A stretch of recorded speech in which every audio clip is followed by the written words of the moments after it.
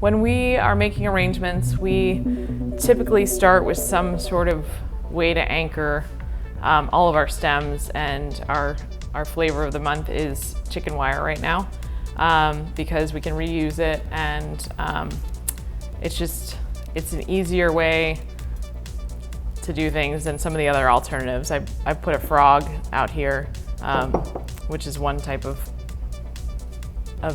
tool for this. Other people use floral foam, but it can get expensive. It's also not biodegradable, so this is just nice because you can reuse it and just keep it under your sink or something and always have something available. Plus you can make it whatever size you need for whatever you're making. So we'll just kind of shove some chicken wire in there, and depending on where we're going with our arrangement, if we're delivering them across town or something, we might even put a piece of tape over the top, but since I'm just making this for you guys, I'm gonna leave it without the tape.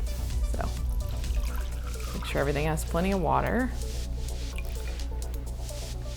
And then we always work on it's a cake stand or a cake icing stand, and that just allows you to turn your arrangement so you can make sure that everybody at the table is gonna be happy and not looking at a big hole or something. So I'm gonna start with a few low things just to kind of take up a bit of space, and this might be too big. And then I usually kind of start filling in the sides and leave the center till last. There's sort of that desire to kind of plop whatever you want at the top, but it's much nicer if you kind of layer everything, because then you can have your really special flowers going last, and so they'll be right on top. So I put a few low things, a little hydrangea, nice and low. And then I remove like anything that'll be in the water, just because it'll make things not last as long. It'll make the water grow bacteria and things like that. So I might, I don't know if I'll use that. So a little more hydrangea. You can cut these into multiple pieces that you can use that are small, but just make sure that everything actually touches the water, so you can, so it'll make it. You don't want to have to redo things on site. So if we ever are using something that's really fragile, we'll usually wait to add it until we get to the wedding or the event. So in transit, it doesn't get broken. So I might, start and then turn a little bit, but just start nice and low.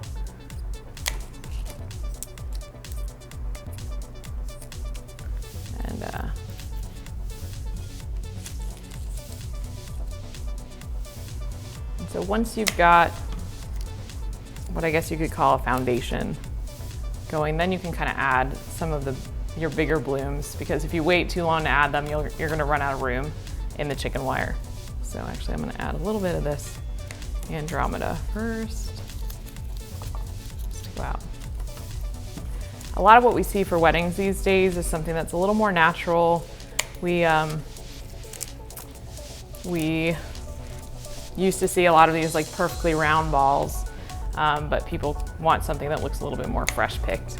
So you can use, I'll tell people to use greenery that you cut from your yard a lot of times, because then you don't have to have all this expense just on greenery, or I cut most of this from campus this morning, so you can go right to College of Charleston and cut it all. Just kidding. No, we ordered most of this, but you can use stuff out of your yard, so people get shy about that. All right, so now I've got a little bit of a foundation, and I'm gonna start adding focal flowers.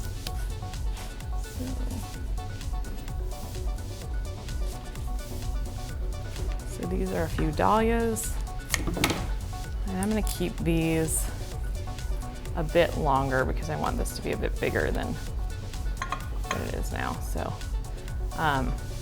one thing about something like a dahlia is that it can face all sorts of different directions. So it can be frustrating if you've never used them before, but just, use that to your advantage, because it really grows like that. So don't be annoyed if it's not facing exactly the way you want to. Like when you're using something like chicken wire, you can really kind of almost put the stem in sideways, and then make that face a nice direction. So So this is a ranunculus. So you'll see I start to group colors that are alike. A little too long. And if you have a stem that's floppy or something, you can start to use some of the things you put in first to support them. So.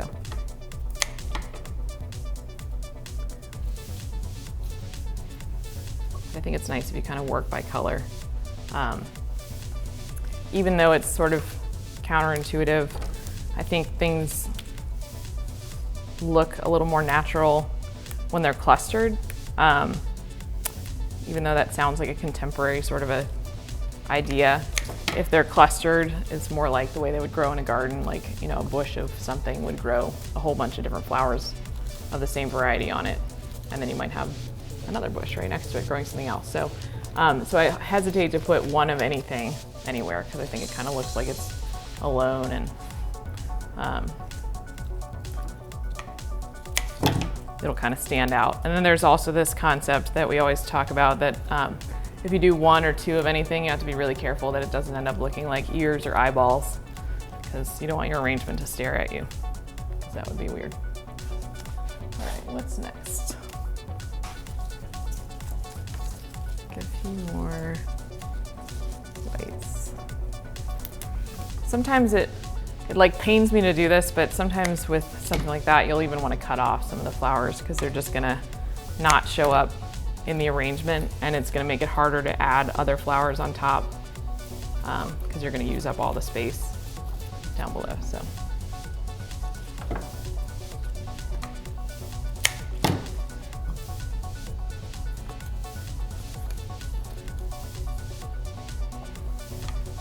And you may find that you'll have a couple little spots that are brown on a lot of different flowers since they are natural, but you can just cut them off and you'll never know the difference. So now once you've kind of gone around the outside a bit, you'll start to fill in the center. But again, that hesitation to really fill in the very center until the last part, so you can kind of see what you're doing.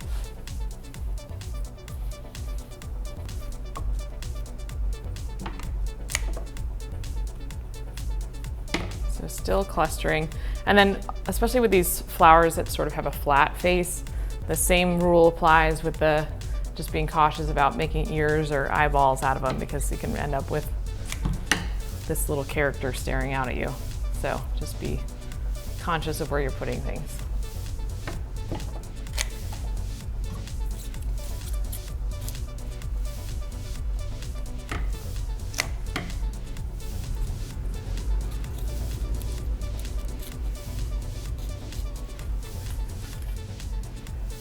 These are some garden roses that are from an organic farm in California that we use a lot for weddings because they're just a little more special, like your classic English tea roses or something like that. Let's see here. I'll do a few more of these.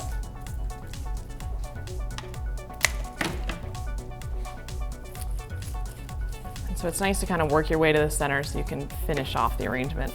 And again, have those things be right on the top.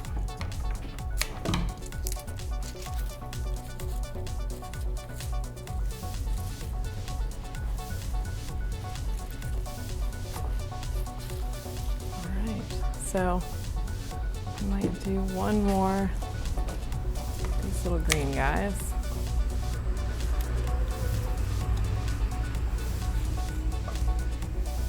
That would be about it. And then we would usually leave a few little things so when we deliver it, we have that opportunity at the end to just snap in any last little special thing.